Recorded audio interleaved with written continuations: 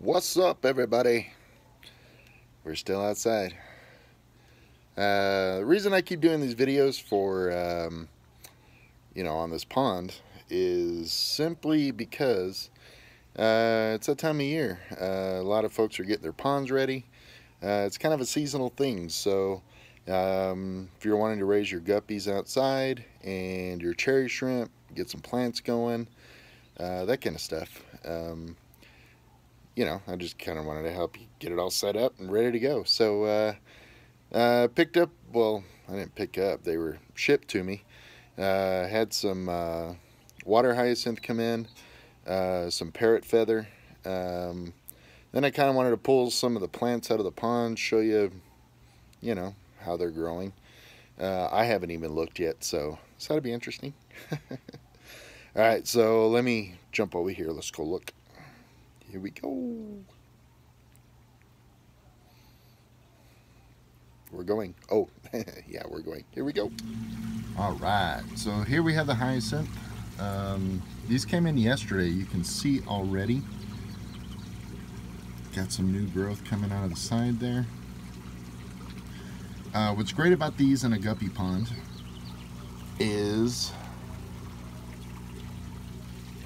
that right there. You see the root structure on this plant. This is terrific for your guppy fry. Your guppy fry can hide in the roots, and it's going to protect them from the parents. So I don't know if you can see all the guppies actually coming out, but if I clear a spot right here, you'll see all these little guys come up. See them all sitting there?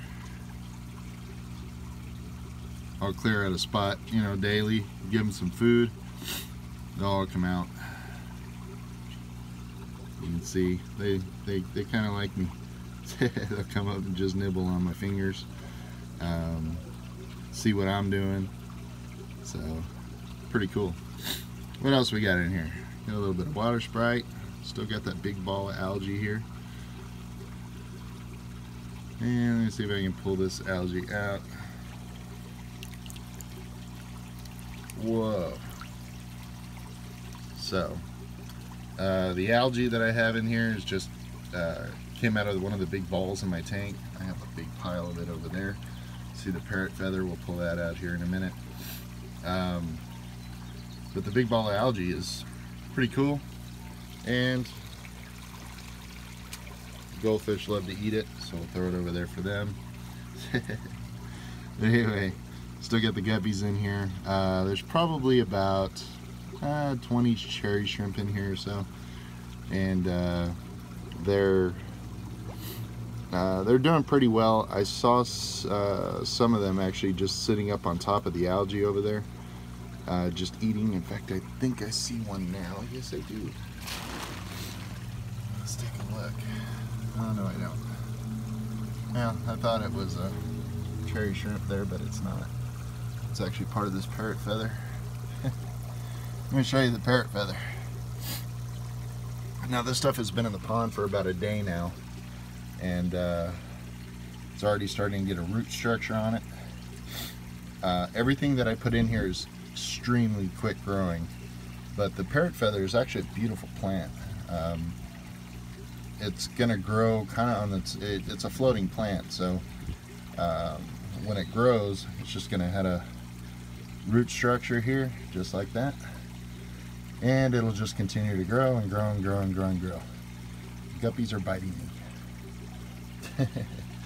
I want this in a clear area, that's why I actually set it over there in the in the open spot with the algae here. You can see that's just a huge ball of algae. This is just going to help with the nitrates, ammonia buildup in the pond, and it's also going to help insulate it. So it's actually where all the cherry shrimp came in from. One of the tanks pulled that huge ball of algae out of one of the aquariums inside, just to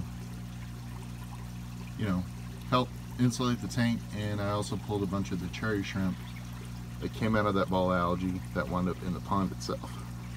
So that was that. You can see the guppies are doing pretty well.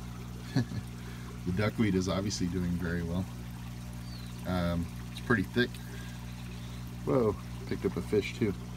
But it's really thick in here so far. This is about 2 weeks of growth.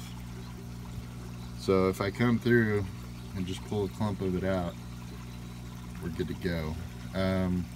Floating plants are awesome in ponds. This water is really warm. It's probably about 73 or 74 out here right now, but the pond itself is running about 77. I still have the heaters going in here, and obviously with all the floating plants like these, it's going to help insulate the pond, so we're not letting all that heat out. And it's also going to damper, so when the wind is blowing, or breeze, whatever, that air hitting the surface of the water is actually going to cool it. And we're helping prevent that with all the floating plants that are in here. Water hyacinth, you're probably not going to be able to take this in the winter and keep it alive. I tried this with water hyacinth. I tried this with water lettuce, and had a really powerful light on it. It just didn't work out. They need the sun to thrive. And what's really cool about these, about every 10 days these things double in size, and they're going to split off. These little balls that are right here, one will just split off, boop, and create another plant. So about every 10 days you're going to get a new water hyacinth. Don't let these go in your local waterways, please. No rivers, no ponds, don't let them out. And you don't want to let them out because they're invasive, and in some states they're actually illegal. So watch what you're doing when you get these plants in. Be careful. What else do we need to know? Well, I mean, I'm excited to see what this parrot feather is going to do. This is my first year growing it out here, so I'm really excited to see what it's going to do for us. And the water hyacinth I've grown before. It explodes. This stuff just gets everywhere, and I'll show you how invasive it actually is here in a couple weeks, when these 3 that I have in here turn into 6. So when you buy these, you don't need to go out and buy a ton of them. You know, you can buy 2 or 3, and then I paid $9 for 3 of these. You can see they're pretty big. I've got big hands, and you know, they're pretty good size. They're considered medium in size, so to give you an idea of how big they're actually going to get. And then they sent me the parrot feather for free, so picked these up on eBay.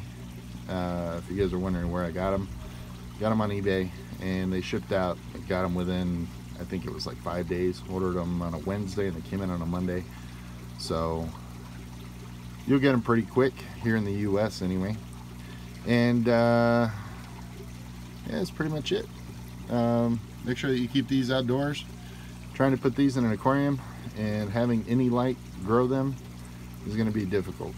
These things love nutrients, so I would say on an outdoor pond like this with all the plants, you're probably going to want to do, like, you know, every couple days, every couple weeks do a water change, as opposed to every week, because the more nutrients you have in here, the better off they're going to do.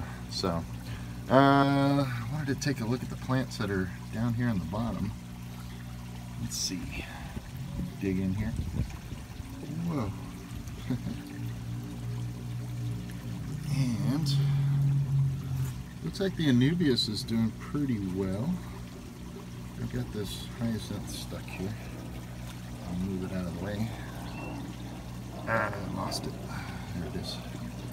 So, got the Anubius on here. Seems to be doing pretty well. Might have melted back some. I had a better root structure on here, but I'm guessing that this thing will probably just explode the warmer it gets. And then we've got a little bit of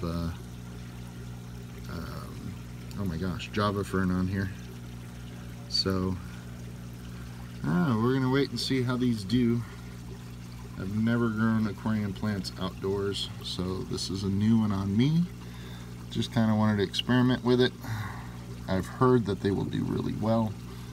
I'm actually considering getting a little greenhouse to cover this with, so I can run it out here in the winter. It doesn't get too cold out here in El Paso. Look at that. Such a beautiful color, aren't they? And it's doing okay. The wind love is not really grown a whole lot. It's grown a little bit. But you can see, like the Anubius there, that got a little yellow, some holes in the leaf. But I'm getting new growth, as you can see there, which is promising. So I'm excited to see what this is going to do. This is a new environment for the plants, so we'll see how they do. A big old female. She's a big girl. Beautiful.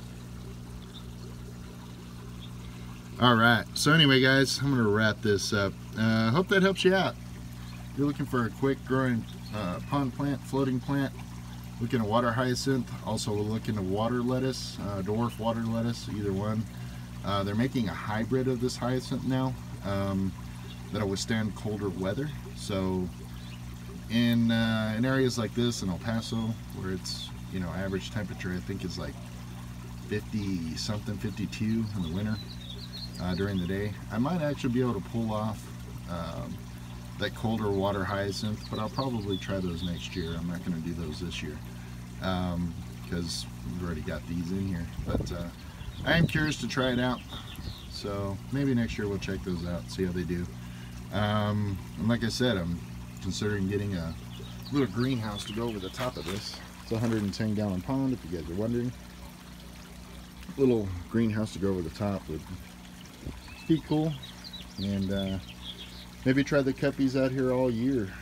We'll see. Anyway guys, I want to thank you for watching. Don't forget to subscribe, hit that button right there. Hit the like button if we helped you out with any tips or tricks, and we'll talk to y'all later. Peace.